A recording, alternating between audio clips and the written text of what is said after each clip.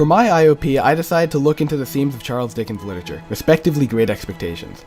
After reading A Tale of Two Cities last year and recently reading Great Expectations this year, and also looking into many other works by Dickens, I began to notice a pattern. That pattern so seemed to be that no matter what time period or choice of protagonist, Dickens really seemed to enjoy having economics and political contention dictate a good portion of his novels. And by that I mean almost all of them. Most of the conflicts and turmoil in his novels are based on the timeless struggle between the rich and the poor, the nobility and the peasants, the haves and the have-nots. The more you look into Dickens' literature, the more you realize how much social issues and status of different time periods played a huge part in the developing of the plots of his books, and even more surprisingly that each of these monetary representations of society, book after book, were exceptionally accurate. Dickens definitely did his research on each time period he wrote about, especially when it boiled down to society and politics.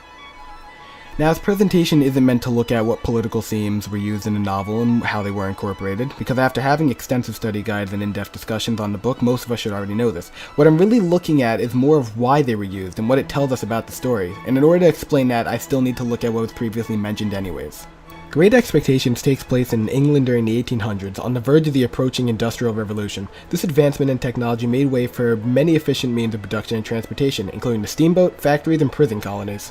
These inventions and innovations paved the path for several new social practices, including social mobility and the middle class, both of which have a huge role in Great Expectations.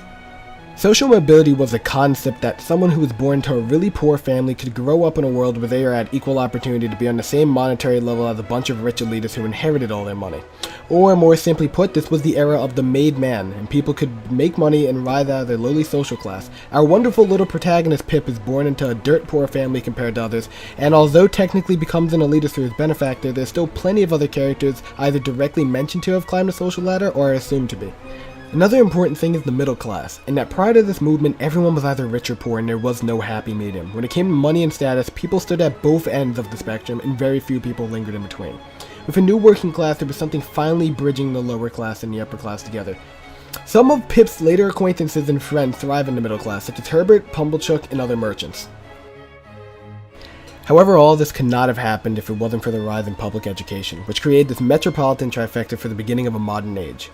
The rich and the wealthy were always able to educate their kids, while many in the lower classes stayed illiterate and unlearned. Thus, the poor grew up and, as recently mentioned, stayed in their social class and left their kids stricken with illiteracy and a lack of a proper education. But once schooling became available to almost all children, they had more of a chance to be successful throughout their lives. In conjunction with all the money Pip inherited, his fervor to learn to teach Joe was what led him to become the successful young man by the middle of the book. Now that we know about the new practices during the Industrial Revolution between available education, social mobility, and the middle class, what do these things actually give away about industrial society in context of Great Expectations? One thing we know is because of social mobility is how connected everyone else is despite of their class. Because of the formation of the middle class, there's now a group of people who bridge the lower and upper classes together, and it now kind of made it socially acceptable to associate and interact with people who didn't have as much money as you. This becoming normal is what leads Pip to meeting so many wealthy and extravagant characters like Havisham and all of his later adult buddies despite his poor background. Because before the formation of the middle class, it wasn't deemed appropriate for someone of higher class to interact or mingle with anybody of lower class, unless they were going to go out of their way to do something self-revering or pretentious. Speaking of pretentious, as long as we're talking about people Pip meets, we can't forget about the one he has an unnaturally and fatal attraction for, Estella. From their first encounter and then out, we know that Estella goes out of her way to treat Pip below dirt, maligning and berating him at every given opportunity, and Pip believes that this is due to his lack of affluence and dollary swagger. So when he becomes educated and upper class, he is utterly appalled when he finds out that Estella is really not that into him. It's not because he wasn't rich, he's just not Estella's guy. When you think about how aristocrats were throughout history and view how much money Pip had at the time, you kinda have to look back at Pip's revelation, and think about how way back when, where the rich married the rich and the poor married the poor, Estella still doesn't want to get together with this well-heeled, prosperous man on her own accord. Which is kind of a big deal. I mean, marrying by choice has only been a thing for the last 100 years or so the fact that Pip realized that he can't win over his love based on how much money he has in his pocket kind of marks where we make the transition into a society where people not only talk and socialize with other people in other classes, but also marry by their own will with who they want, not only because he or she has a lot of money. So with money and high status no longer being the main attribute of a fit person to get married off to, Pip and Estella's debacle of a relationship goes to show how the Industrial Revolution also led to huge social changes, especially the ones revolving around how people were viewed based on how much money they have. In this instance, we see money doesn't get you some of the finer joys in life.